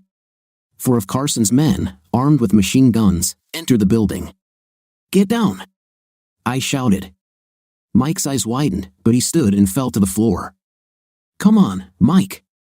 Move. I turned to Ringo and saw Wild Bill looking at me with a surprised expression on his face. Damn, he said. I've never seen anyone do that with a rifle. Did your grandfather teach you how to shoot with it? Yes, sir, Mr. Hickok. He taught me, I said. He smiled and extended his hand to me. That was a great shot, partner, he said. I smiled and shook his hand, knowing that I had just earned the respect of one of the most famous lawmen of the Wild West. He turned and walked toward the exit, clapping Elijah on the shoulder. Elijah looked at me with a smile. Well done, son, he said. Did you get everything you need? Yes, Grandpa, I said. You know I taught you how to shoot that rifle, but I never taught you how to do that spin trick. Where did you get that from? He asked. I saw it on a TV show a long time ago, I said. I've always wanted to try it myself. He nodded. TV show, huh? Well, just don't let it go to your head, son, he said. If you are too confident, you will become careless. Then you will meet someone faster or better, and it could end badly. Got it, I said. Still, you did great, son, he said. I'm proud of you, very proud. Thank you, Grandpa, I said. Ready to go? He asked. Yes, I said. I've already sent Danny everything she needs. Okay, he said, nodding his head. He turned to the others, who were now gathered at the end of the building. We better get on our horses and get home, boys. We mounted our horses again and headed back the way we had come. As before, a large hole opened up in front of us, and we walked through it, ending up in familiar territory. I was riding ahead of the group with Elijah as we walked down the hill to my house. Danny saw us coming down and ran out of the house, jumping into my arms as I got off Ringo. Thank God you're okay, she said, crying, hugging me tightly and kissing me. Your guy did a great job, Wild Bill said as he walked by. I kissed Danny and stepped back, handing her the saddlebags containing the files and laptop. I hope this helps you, I said. Her eyes widened as she looked into the bags. Did you send this to your friend? I sent it, she said. It'll take a few days to sort through this, but she said it's enough to bury Acme. I hope they get going soon, I said. Look, honey, why don't you take care of the boys while I take care of Ringo? Okay, she said. I'm so proud of you, she added, kissing me again. They entered the house, tying their horses to the railing in front of it, and I led Ringo to his paddock. I calmed him down and entered the house holding the rifle in my hands. Well, guys, We have one more thing left for today, said Elijah. Is everyone ready? They all nodded. Elijah turned to Mike, who was still wearing the overalls we found him in. How are you holding up? He asked. Mike nodded his head. I'm fine, he said. It just takes time to digest it all. Would you like to shower and change before meeting with the council? I asked. He looked at me and nodded. If it's not too much trouble, he said. Okay, I said. Go upstairs. I think I have some things that will suit you. I followed him upstairs and looked through my closet. I found an old pair of jeans and a shirt that I thought would suit him, and I gave them to him to try on. They fit, although it wasn't his style, but they were clean. I gave him the opportunity to shower and change clothes. He joined us when he came back down. By that time, Danny had all his papers ready. Elijah motioned for us all to gather in the living room. He took out his lasso and twirled it over our heads. The next moment, we found ourselves in an elegant conference room in front of a table where senior executives were sitting. As soon as we appeared, the man in the center looked at us in surprise. What the hell is this? He asked angrily as the other leaders looked at us. Who are you? How did you get here? What kind of circus from the Wild West is this? Mike stepped forward and addressed the man. Mr. Green, he said, my name is Michael Bradley, and I have come to submit my resignation. Well, take it to HR, he said, and hurry up before I call security. He reached for the phone, but I stopped him by putting the barrel of my rifle against it. He looked at me in surprise. I don't think so, I said. You will answer for this, he said. This is all being recorded on video, and I will put you all behind bars. Not so fast, I said. Look at your watch. He looked and saw what we all saw. Time had stopped, at least in this room, just like your video surveillance. You see, we were never here, and you have no evidence to the contrary. You're crazy, he said. We all see you. How will this help you? Mr. Green, Danny asked, stepping forward, what will you tell the police? That a group of famous Western lawyers just showed up at your office out of nowhere and threatened you? You will be thrown into a mental hospital before you have time to utter those words. Who are you? Green asked. My name is Danny Williams, and I represent Mr. Bradley, she said. Here is his proposal. She placed a folder on the table in front of him. He opened it, read the contents, and laughed. This must be a joke, he said. I will never agree to this, $1 billion. It will never happen. That's $10 billion, tax-free, she said. This does not include all the costs and my fees, which are also included. He looked at the documents again and chuckled skeptically. And what will you do if I refuse? He asked, a smirk on his face. Well, then we'll see each other often in court, she said. This employment contract that you have for Mr. Bradley to sign is a false document. In fact, his entire work was a fabrication to turn his wife into your personal prostitute. We have documents, videos, photographs, everything that proves your involvement in this scheme. We have evidence of attempted murder, false imprisonment, torture, slavery, human trafficking, illegal substances, the list goes on. You held my client against his will for 2 months, tortured and starved him, just so you could use his wife. In fact, you violated virtually all of my client's civil rights. That doesn't even include the destruction of his marriage and the wrongful death of his wife. I'm sure we can find many more victims. This contract alone is enough to trap you in the court system for 100 years, she said. And that doesn't include state and federal criminal charges, she added. Just imagine the reputation Acme will have when all this hits the media. Hearing this, Green's face turned white. Look, I can't approve this alone, he said. We need to discuss this and vote. The CEO needs to speak up. Green, Mike said, your company taught me well about financial control. You can approve it right now on your own, as president and chairman of the board. All you have to do is open your application, enter the code, and you're done. You don't need Carson for this. Speaking of Doug, said another man sitting at one end of the table, where is he? Where's my brother? Are you Doug Carson's brother? Mike asked. Yes. Why do you ask? He replied. You were Gloria's first boss. He nodded his head and stood up. Yes, he said. So you talked Doug into making it like this, Mike said. The man walked around the table and stood in front of Mike. Yes, he said. What are you going to do about it? I'll help you reunite with your brother, Mike said. The man's eyes widened, and he tried to punch Mike. We were all shocked by what we saw. This is for Gloria, Mike said. Before the man's body glowed red and then disappeared. You just killed this man in cold blood, Green said. Mike looked at him, full of hatred. It was self-defense, Mike said. Isn't that how you all saw it? He asked, looking around at the others. Everyone nodded in agreement. Sounds like self-defense, Bat Masterson said. This guy hit you first, Green said, looking at us with anger. Elijah chuckled. And you answered, Elijah said. Suddenly, the room darkened, and the temperature dropped sharply. I noticed that Green and the rest of the council were looking behind us in horror. I turned around to see Elijah and the other lawyers seemingly enlarged, their faces were blurred, and their eyes glowed like the flames of a campfire. Surrounding them were huge, dark-winged creatures with fiery swords. After a few minutes, the room returned to normal, but the fear at the table was palpable. Okay, Green said, his face still pale with fear. I'll do it, but on one condition. Please, what is it? Asked Danny. What will we get in return if we agree? He asked. You'll all get to keep breathing, at least for a while, Wild Bill said, causing chuckles among us. Green looked at the other council members. Do it, said the woman sitting next to him. Just do it and get it over with. Green nodded and opened the app. He entered the amounts and all the necessary information, then entered his code. We watched as the transactions took place on his monitor. When they were all finished, he looked at us. Please, he said, just leave. Elijah swung his lasso, and the next moment we were back in my living room. Everything went smoothly, I said sarcastically. So, that's all? Mike asked. Elijah nodded his head. For now, yes, he said. Then everything depends on the feds. If they don't do their job, we may have to intervene.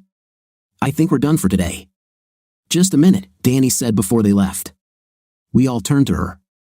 I talked to my parents while you were in Albania. They said they would talk to the pastor of the old village church they go to about our wedding next Saturday. That's pretty fast, isn't it? I asked. Are you sure you want this? Yes, I want to get married as soon as possible, she said. I turned to Elijah. Grandfather, I said, look, I know this might seem weird, but would you do me the honor of being my best man? He looked at me, stunned. Isn't that what you should ask your best friend or something? He asked. Yes, it is, I said. His eyes widened as he thought about it. Why not? He said. It would be an honor for me. Do you mind if I invite a few guests? He asked, pointing to the others. I'll be offended if you don't, I said. I saw the other men smiling. Elijah nodded. Okay, if that's what you want, son, I'll do it, he said. This will be a little hard to explain to your parents. Really? Probably not as difficult as you think, I said. Okay, I'll see you in a week on Saturday, he said. We shook hands, and they left the house. I turned to Mike. You're invited too, I said, if you want to come. Thank you, he said. I'll see how I feel. I'm very hungry now. Of course, I said. Stay overnight, and I'll take you home in the morning if you want. That night, we ate the leftover meatloaf I had in the fridge, and I set Mike up in one of the spare bedrooms. Danny and I talked for a while in the bedroom before going to bed. Why such a rush? I asked. I'm not complaining, I'm just curious, I added. I realize that life is too short and too precious to waste, and I want to start my new life with you, she said. Besides, I also have a feeling that you might spend more time with your grandfather, and I'm afraid that one day you might leave and never come back. I hugged her and calmed her down. I will always be there for you, I said. You and the child are the most important things in my life. Never forget this. I love you, she said, kissing me. I love you more, I replied. The next day, I took Mike home. It seemed Amy had returned his car to his home, and strangely, the bills were still being paid while he was in captivity. He thanked me for everything and went to his house. I saw that he was lonely and heartbroken, and I made a mental note to keep an eye on him. I also asked Danny about the amount she received from Mike. Is this deal really going to hold? I asked. She nodded. Oh yes, she said. The amount is a little higher than you might expect, but it will hold up if it is ever challenged, especially in such circumstances. Trust me. So how much did you get? I asked. Only about $3 billion, she said. What? I exclaimed. Did you get $3 billion from them? Yes, she said. There will be no tax. Why so many? I asked. Well, it might come in handy if I become the housewife I want, she said. The wedding went as planned, and we all had a great time. Danny looked gorgeous in her wedding dress, and I could see the pride on her father's face as he walked her down the aisle. Grandfather Elijah appeared, dressed in a modern tuxedo just like mine. I almost didn't recognize him. There was a woman with him, an elegant, slender blonde wearing a long dress and a hat with a veil that hid most of her face. The rest of the group also came, all of them dressed in modern clothes. I could tell they felt awkward in their costumes, but they seemed to enjoy interacting with the guests. The test came when I introduced Elijah to their parents. I introduced him as a justice of the peace and not under his real name, that's what he insisted. He acted as if he had never met them before, but I noticed that my mother saw something familiar in his face. She was the family historian and spent a lot of time reading Grandmother Elizabeth's diaries. She caught me during the reception. This man looks very familiar, she said. I think I've seen him somewhere before. Just a coincidence, I'm sure, I told her. She didn't say anything else, but I enjoyed watching her dance with the group. One day, I will tell her that she danced with some of the most famous lawmen in American history, but not today. Danny's parents had a great time too. A couple of hours into the reception, Elijah pulled Danny and me aside. We don't have much time left, but I want to introduce you to someone, he said. His companion approached and lifted the veil from her face. There she was, Grandma Elizabeth. She looked young, about Danny's age, and had long, wavy blonde hair that framed an angelic, smiling face. Amos, meet your grandmother, Elizabeth said. I was shocked and stunned by her beauty. She smiled and extended her graceful hand to me. I politely shook her hand and introduced her to Danny. Her face lit up when she saw the engagement ring. I can't believe I'm meeting you, Danny said. I always wondered if you would approve of me wearing your ring. Of course, dear, said Lizzie. I can't imagine anyone more deserving. I know you will be a wonderful wife to Amos and a great mother to your children. She turned to me. Amos, I want you to know that I'm very proud of you, and I love you both. I read your diary, I said. I feel like I've known you all my life. She smiled and gently touched my cheek. I'm glad, Amos, she said. You're more like your grandfather than you think. Maybe one day Danny will add her own chapter to this diary. Just know that we are always here for you. Thank you, Grandma, I said. I love you, I added, hugging her. She hugged me back, and I felt her warmth. It was strange, but there was an unusual warmth emanating from her that was also very calming. Of course, I said. I'll tell him. We have to go, dear, said Elijah. She nodded and kissed Danny and me on the cheek. Remember, she said, we are always with you. I'll be in touch, son, Elijah said. He turned to Danny and kissed her on the cheek. Welcome to the family, he added. He turned to his group and gestured upward. They nodded their heads and followed Elijah and Elizabeth to the exit. I followed them a few seconds later, but they had already disappeared. I turned around and almost collided with my mother. Where have these charming people gone? She asked. I could see that she was a little tipsy. They had to go, I said. They had a meeting they had to attend. Oh, she said. I promised one of them another dance. I smiled to myself. I passed a note to Mike, and I thought he almost fainted when he saw it. Everything is fine? I asked. Yes, he said. That's her handwriting. What is this? I asked. The address and phone number of an old girlfriend I dated before Gloria and I got married, he said. It's a good thing, isn't it? I asked. He smiled, looking at me. Yes, he said. Very good. I thought I had lost this number. Thank you. Please, I said. Danny and I enjoyed our honeymoon in Hawaii and returned home. Her parents looked after Ringo while we were away. I didn't know who was happier when we got back, Ringo or me. I started working on one of the bedrooms, getting it ready for the new baby. 9 months after Danny and I made love by the pond, she gave birth to a strong boy named William Elijah Jones. Her parents were ecstatic, as were mine. Somewhere in the distance, I knew my grandfather was smiling. It's been almost a year since the deal, but the feds are finally taking on Acme. The picture the news painted was gruesome: crime, intim, illegal substances, and illegal weapons. Every member of the council was arrested, along with most of the senior leaders. After months of legal battles, they all received life sentences, some of them even committed suicide. The company itself was split up and sold to other interests. Something told me that their story was not over yet. Mike and I continued to keep in touch after our wedding. Eventually, he reunited with his old girlfriend, and they planned to get married. She seems to like the new Mike, and I've never seen a happier person, except in the mirror. What do you think of our story today? I think it was quite interesting, but I feel sorry for my husband who came home after a business trip and saw a strange car outside their house. What was your impression at that moment? Write in the comments. See you later.